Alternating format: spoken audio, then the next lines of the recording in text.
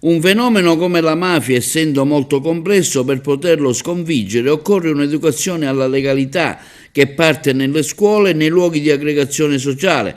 Questo è il messaggio più importante che è stato ribadito nel corso della giornata della legalità sul tema Senza memoria non c'è futuro, che si è svolta nella biblioteca comunale di Palma di Montechiaro, intitolata al giudice Giovanni Falcone. Il tavolo tecnico è stato composto dal primo cittadino di Palma Castellino, dal magistrato Lirio Conti, dalla dirigente di pubblica sicurezza Maria Lucia Lombardo, dal segretario generale del comune Piero Amorosia. A moderare l'incontro è stata Letizia Pace, presidente della Fondazione Tomasi di Lampedusa.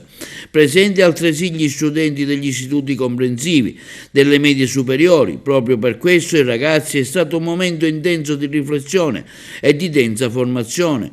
Hanno anche partecipato fattivamente al dibattito con domande e in alcuni casi spontanee incalzanti. Il magistrato Conti e la dottoressa Lombardo, dirigente del commissario di polizia di Palma, hanno raccontato appassionatamente le loro esperienze.